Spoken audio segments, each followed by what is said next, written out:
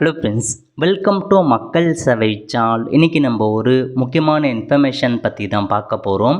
அதாவது TNPSC group 1 எக்ஸாமுக்கு என்னமான documents கொண்டு போகணும், உங்களுக்கான எக்ஸாம் எப்படி இருக்கும், OMR ஆன்சர் ஷீட் எப்படி ஃபில் பண்ணுறது, இதை பற்றின மொத்த இன்ஃபர்மேஷன் தான் இந்த வீடியோ வந்து பார்க்க போகிறோம். இந்த வீடியோ ஸ்கிப் பண்ணாமல் ஃபுல்லாக பாருங்கள். அது மட்டும் அல்ல, இந்த வீடியோ நிறைய பேருக்கு ஷேர் பண்ணுங்கள். ஃபஸ்ட்டு இந்த வெப்சைட் பண்ணிக்கோங்க. இந்த வெப்சைட்கான லிங்க்கை நான் டிஸ்கிரிப்ஷன் வந்து கொடுத்துட்றேன்.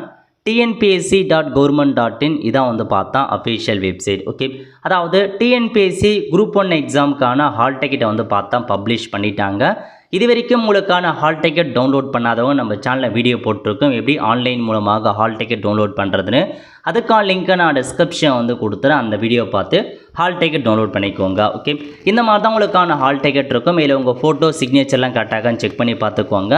உங்கள் நேம் கரெக்டாக இருக்கா, ரெஜிஸ்ட்ரேஷன் நம்பர், ஃபாதர் நேம் எல்லாமே செக் பண்ணி பார்த்துட்டு தேர்வு மையம், உங்களுக்கான எக்ஸாம் சென்டர் எங்கே இருக்குது, எந்த டிஸ்ட்ரிக்ட், அதுக்கப்புறம் தேர்வு கூடத்தின் பெயரும் முகவரியும் கொடுத்துருக்காங்க. இந்த அட்ரஸில் போயிட்டு தான் உங்களுக்கான எக்ஸாம் நீங்கள் எழுத போகிறீங்க.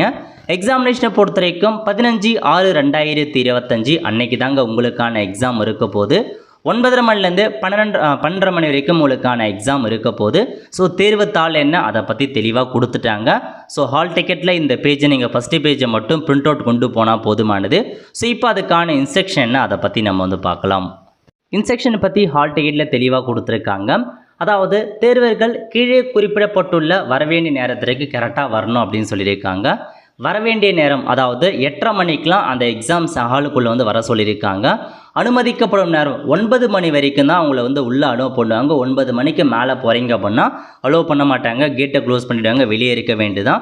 ஸோ முடிஞ்ச அளவுக்கு 9 மணிக்குள்ளாரே எக்ஸாம் ஹாலுக்குள்ளே போகிற பாருங்கள். எப்போ எக்ஸாம் ஸ்டார்ட் ஆகுதுன்னா 9:30 மணிக்கு வந்து எக்ஸாம் ஸ்டார்ட் ஆகுதுங்க. ஸோ 9:30 மணிக்கு எக்ஸாம் ஸ்டார்ட் ஆகுதுன்னா 9:30 மணிக்கு தான் போகணும்னு கிடையாது. ஏன்னா அதுக்கு மேலே நிறைய இன்ஸ்ட்ரக்ஷன் கொடுப்பாங்க, கொஷின் பேப்பர்லாம் கொடுப்பாங்க, அந்த மாதிரி நிறையா ப்ராசஸ் இருக்குது. 9 மணிக்குள்ளே நீங்கள் எக்ஸாம் ஹாலுக்குள்ளே வந்து போயிடுங்க. இப்போ இந்த ஹால் டிக்கெட் கூட என்னமான டாக்குமெண்ட் கொண்டு போகணும் அப்படின்னா, உங்களுடைய Aadhaar card, passport, driving licence, PAN card, voter ID ஏதாச்சும் ஒரு டாக்குமெண்ட்ஸை வந்து கொண்டு போகணும் அப்படின்னு சொல்லிட்டாங்க. ஸோ ஹால் டிக்கெட் கூட ஏதாச்சும் ஒரு ஒரிஜினல் டாக்குமெண்ட்டோ ஜெராக்ஸை வந்து கொண்டு போக பாருங்கள். ஒருவேளை உங்கள் ஹால் டிக்கெட்டில் உங்கள் ஃபோட்டோ தெளிவாக தெரியல அப்படின்னா ஒரு நார்மல் ஒயிட் பேப்பரில் உங்கள் ஃபோட்டோ ஒட்டி ரெஜிஸ்ட்ரேஷன் நம்பர், நேம்லாம் எடுத்துகிட்டு போயிட்டு உங்கள் சைன் பண்ணி கொண்டு போங்க அப்படின்றத சொல்லியிருக்காங்க. ஸோ OMR பொறுத்த வரைக்கும் உங்களுக்கு பிளாக் இங்கு பால் பாயிண்ட் பென் இருக்க பாருங்கள், அதை மட்டும்தான் நீங்கள் பயன்படுத்தணும். ப்ளூ கலர் பென்னோ ரெட் கலர் பென்னோ பயன்படுத்தக்கூடாது, இங்கு பெண்ணை கூட நீங்கள் பயன்படுத்தக்கூடாது. ஸோ கருமை நிற மை பந்து கொண்ட பெண் இருக்க பாருங்கள், பிளாக் பெண்ணை மட்டும்தான் நீங்கள் பயன்படுத்தணும் அப்படின்றத தெளிவாக கொடுத்துட்டாங்க. அதேமாரி வந்து பார்த்தா செல்ஃபோன் போன்ற கேட்ஜெட்ஸ் உள்ள அனுமதி இல்லை அப்படின்றதையும் சொல்லியிருக்காங்க. தேர்வு தொடங்குவதற்கு 15 நிமிஷத்துக்கு முன்னாடி உங்களுக்கு வந்து OMR விடைத்தாளில் வினா தொகுப்பு என்ன எழுதி அதை நீங்கள் வந்து கருமையாக்கணும் அப்படின்றத சொல்லியிருக்காங்க. ஸோ 15 நிமிஷத்துக்கு முன்னாடி உங்களுக்கான கொஷின் பேப்பர்லாம் வந்து கொடுத்துருவோம் அப்படின்றத சொல்லியிருக்காங்க. அதையும் நோட் பண்ணிக்கோங்க. தேர்வு நேரம் முடிவதற்கு முன்பாக தேர்வரை வந்து தேர்வரை விட்டு வெளியே செல்ல அனுமதி இல்லை அப்படின்றதையும் உங்களுக்கு வந்து சொல்லிட்டாங்க. எல்லாமே நீங்கள் செக் பண்ணி பார்த்துக்கோங்க. இதாங்க உங்களுக்கான இன்ஃபர்மேஷன். 9:30 மணிக்கு எக்ஸாம் ஸ்டார்ட் ஆகிடும். அதுக்கு முன்னாடி உங்களுக்கான கொஷின் பேப்பர், OMR ஷீட்லாம் கொடுத்துருவாங்க. அதுக்கான இன்ஸ்ட்ரக்ஷனை ஃபாலோ பண்ணி நீங்கள் எக்ஸாமினேஷன் கரெக்டாக அட்டன் பண்ண பாருங்கள். பேசிக் இன்ஃபர்மேஷன் இதுதான். ஸோ உங்களுக்கான OMR ஷீட் பொறுத்த வரைக்கும் இந்த மாதிரி தான் கொடுத்துருக்கோம். இதை வந்து பார்த்தா சாம்பிள். இது புதிய வகையான OMR ஷீட்டுங்க. இந்த வருஷத்துலேருந்து உங்களுக்கு புதிய OMR ஷீட் தான் இருக்க போகுது. இதுக்கு முன்னாடி OMR ஷீட்டில் நிறைய இன்ஃபர்மேஷன் ஃபில் பண்ணுற மாதிரி இருக்கும். பட் இந்த தடவை அப்படி இல்லைங்க, ரொம்ப வந்து சிம்பிளிஃபைட் பண்ணிட்டாங்க OMR ஷீட்டை. ஸோ OMR ஷீட் கொடுத்ததுக்கப்புறம் நீங்கள் பண்ண வேண்டியது இந்த இடத்துல, ஸோ உங்களுக்கான கேண்டிடேட் நேம் கரெக்டாக இருக்கா, ரெஜிஸ்ட்ரேஷன் நம்பர் கரெக்டாக இருக்கா, சப்ஜெக்ட் கரெக்டாக இருக்கா, அதெல்லாம் நீங்கள் செக் பண்ணி பார்த்துக்கோங்க. ஏதாச்சும் மிஸ்மேட்சாக இருக்குது, உங்கள் நேம் இல்லை வேறு இருக்குன்னா நீங்கள் சம்மந்தப்பட்ட சூப்பர்வைசரை நீங்கள் இன்ஃபார்ம் பண்ணிங்க அப்படின்னா அதுக்கு ஏற்ற மாதிரி அவங்க ஆல்டர்னேட் வழி சொல்லுவாங்க. அதுக்கப்புறம் இன்ஸ்ட்ரக்ஷன் கொடுத்துருக்காங்க, இதெல்லாம் நீங்கள் பார்க்க வேண்டியதுங்க. அதாவது பட்டை குறியீட்டு OMR ஷீட்டில் பார்கோடு அந்த ட்ராக் பிரிண்டட் OMRலாம் இருக்குது பாருங்கள், அதை சேதப்படுத்தக்கூடாது அப்படின்றத சொல்லியிருக்காங்க. ஸோ இதிலே சொல்லியிருக்காங்க பாருங்கள், இந்த பார்கோட், ஸோ இந்த பார்கோடு ட்ராக் பாயிண்ட் எதுவுமே நீங்கள் சேதப்படுத்தாதீங்க. ஏன்னா OMR ஷீட்டை வந்து பிரித்து கொண்டு போவாங்க. இந்த ட்ராக்கர் இருந்தால் மட்டும்தான் உங்கள் OMR ஷீட் அப்படின்றதையும் வந்து தெரிய வரும். அதனால் பார்கோடெலாம் சேதப்படுத்தாதீங்க. சேதப்படுத்துறீங்க அப்படின்னா உங்களுக்கான OMR ஷீட்டை வந்து எவலேஷன் பண்ண முடியாது, நீங்கள் எக்ஸாம் எழுதுகிற வேஸ்ட்டாக போயிடும். ஓகே, அதுக்கப்புறம் விடைக்கான வட்டத்தை கருமையாக்குதல். ஸோ ஆன்சரை எப்படி நீங்கள் வந்து ஷேடோ பண்ணணும் அதை பற்றி கரெக்ட் ஆன்சர் கொடுத்துருக்காங்க. இந்த மாதிரி சரியான முறை அந்த வட்டத்தை ஃபுல்லாக வந்து பார்த்தா மறைகிற அளவுக்கு ஷேடோ பண்ணிக்கோங்க. இந்த மாதிரி டிக் பண்ணுறதோ இன்ட்டு பண்ணுறதோ கூடாது அப்படின்றத சொல்லியிருக்காங்க. ஓகே, அதுக்கப்புறம் ஸோ கீழ்கண்ட காரணத்தால் உங்களுக்கான OMR ஷீட் வந்து செல்லாதாக்கப்படும் அப்படின்னு சொல்லியிருக்காங்க. அதாவது நீங்கள் பிளாக் பெண்ணை தவிர்த்து வேறு பெண்ணை யூஸ் பண்ணுறீங்க அப்படின்னா உங்கள் OMR ஷீட்டை வந்து செல்லாதாக்கப்படும். அதேமாரி தேவையற்ற மற்றும் பொருத்தமற்ற குறியீடுகள் மேற்கொள்ளுவது. ஸோ உங்களை பற்றி ஏதாச்சும் நீங்கள் இம்ப்ளிமெண்ட் பண்ணுறீங்க, ஏதாச்சும் சிம்பிள்லாம் நீங்கள் கொடுக்குறீங்க, ரிமார்க் பண்ணுறீங்க அப்படின்னா OMR வந்து செல்லாதாக்கப்படும் அப்படின்னு சொல்லியிருக்காங்க. OMR விடத்தால் பக்கம் 1 அதற்குரிய இடத்துல தேர்வர் கையொப்பமிடவில்லை எனில், அதாவது பேஜ் 1 உங்களுக்கான சைன் பண்ண சொல்லியிருப்பாங்க. ஸோ பேஜ் 1 இந்த இடத்துல நீங்கள் சைன் பண்ணுற மாதிரி இருக்கும். அந்த சைனை பண்ணாமல் வரீங்க அப்படின்னா ஸோ OMR ஷீட் வந்து செல்லாதாக்கப்படும் சொல்லியிருக்க அந்த ஒருக்கு பாருங்கள். தேர்வரின் சிக்னேச்சர், அதாவது தேர்வர் கையொப்பமிடவில்லை செல்லாதாக்கப்படும் அப்படின்னு சொல்லியிருக்காங்க. இந்த இடத்துல உங்கள் சைன் பண்ணிக்கோங்க.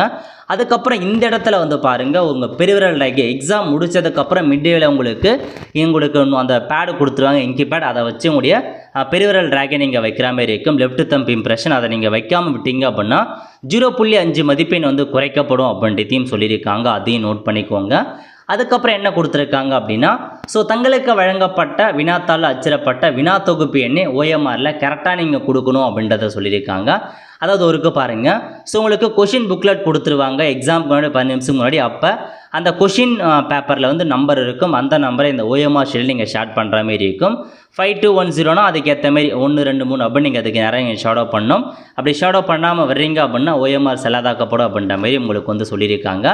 அதேமாரி வந்து பார்த்தா மொத்தத்துலேருந்து 0.5 மதிப்பெண் குறைக்கப்படும் அப்படின்றதையும் சொல்லியிருக்காங்க. ஓகே, அதேமாரி விடைத்தாளில் எந்த ஒரு வினாவிற்கும் அது தொடர்பான எந்த ஒரு வட்டத்தையும் செட் பண்ணாமல் இருக்கீங்க. அதாவது இப்போ ஒரு கொஷின்ஸ் இருக்கா அப்படின்னா நீங்கள் ஆன்சர் பண்ணுவீங்க. மொத்தமாக ABCD I வரைக்கும் ஆப்ஷன்ஸ் கொடுத்துருக்காங்க.